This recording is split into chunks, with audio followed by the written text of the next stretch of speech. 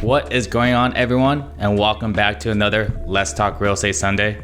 I'm your host, Peter Hang, and today we'll be talking about the 10 typical terms that you'll usually hear during your first real estate deal. So for those who are new to my channel, I'm a realtor here in Dallas, Texas that tries my best to share my experiences and knowledge as a realtor, as well as my own life experiences to help you get ahead in life. So if you can relate to any of my many hobbies like mountain biking, running, cars, motorcycles, or you have any interest in real estate or finance, then make sure you subscribe to this channel because my life is pretty hectic. All right, so now that we got the introductions all out of the way, let's go over some of those typical terms that you hear in a real estate deal.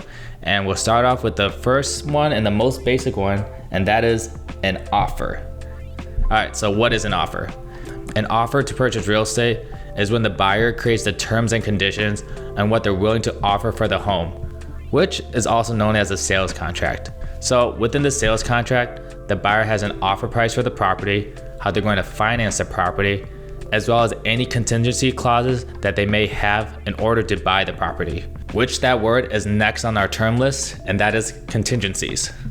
So a contingency basically means that the buyer has certain things that they want done to the property before they finalize the deal. Some contingencies they may ask for are home inspections, a leaseback, and an option period. There's a lot more other contingencies, but we'll just focus on those three since they are going to be on our vocab list. So let's go back and let's talk about the home inspection, or is known as the due diligence clause. Is quite self-explanatory. It gives the buyers the right to hire a home inspector to inspect the entire home within a specified amount of time. I personally get my inspector out the day the contract is executed to eliminate as many setbacks as possible. But having this contingency protects the buyer in a massive way because let's just say that they discovered a bad foundation and neither parties can come to an agreement on how they want to move forward with the repairs. Well, this clause gives the buyer the right to cancel the contract. But if we're being honest here, I usually don't add these contingencies to my offer because if you have too many contingencies, well then the seller may move on to someone else that's less demanding.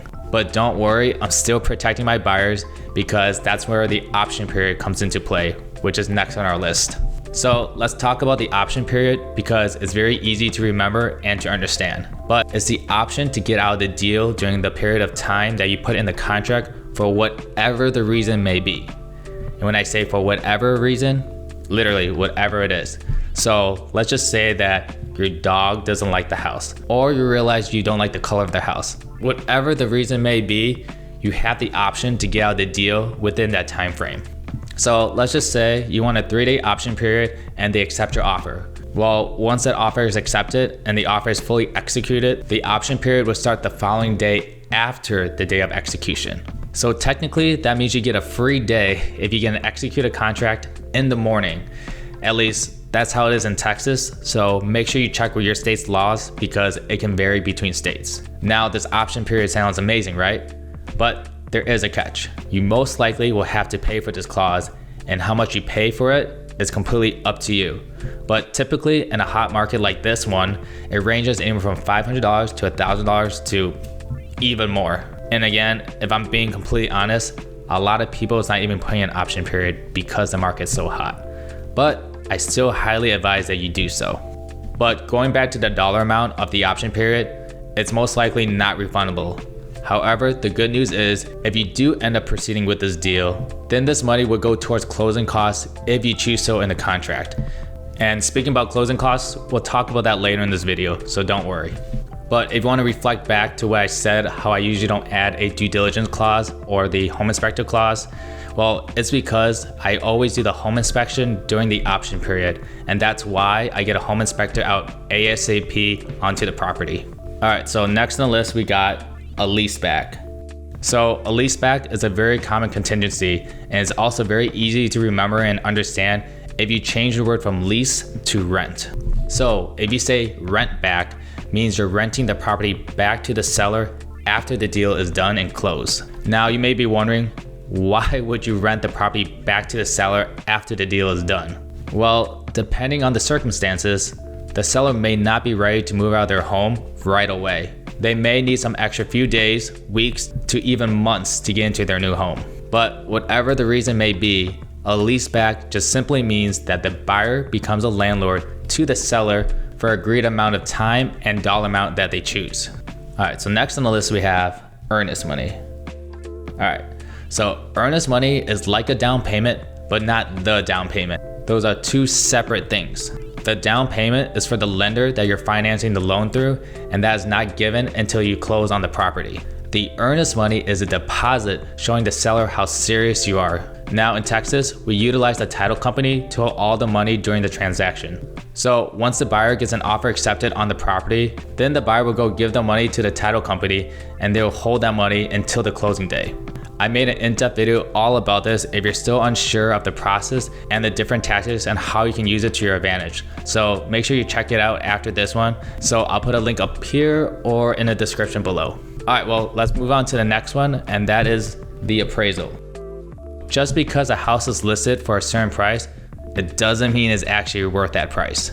Sometimes the list price is accurate, or sometimes it's completely way off, because ultimately the seller has the final say on how much they want to list the home for, which is why an appraisal is extremely important.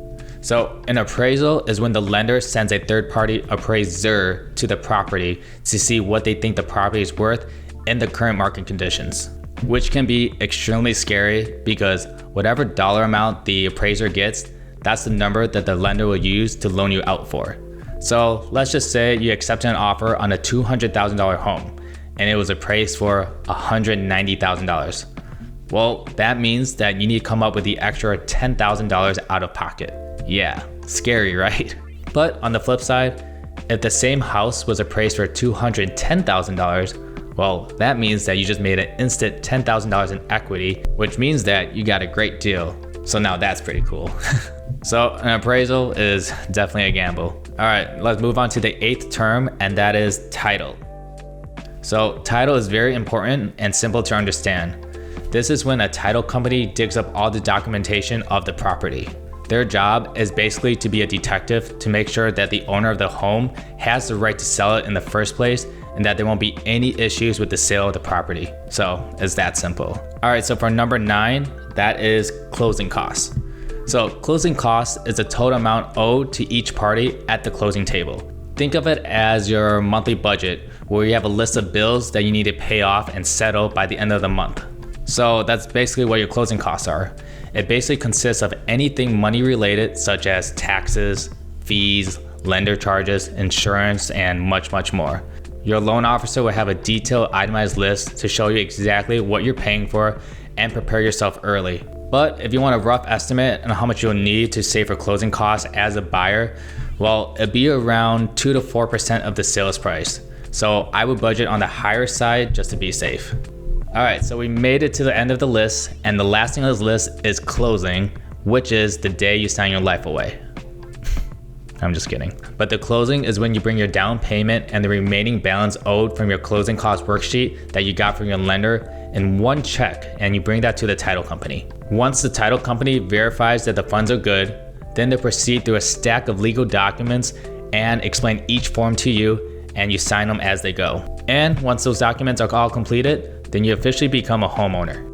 Now, there is a bunch of other real estate and finance vocabulary and terms that I've left out, so I'll make sure to make a part 2 to this video, and if there is enough interest, then I'll make a free downloadable PDF cheat sheet of as many terms as I can think of.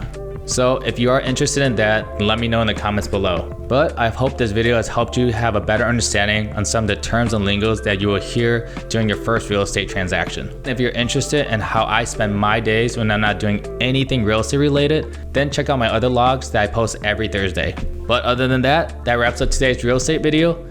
I hope you have a great rest of your Sunday. I'll catch you next time. Thanks everyone.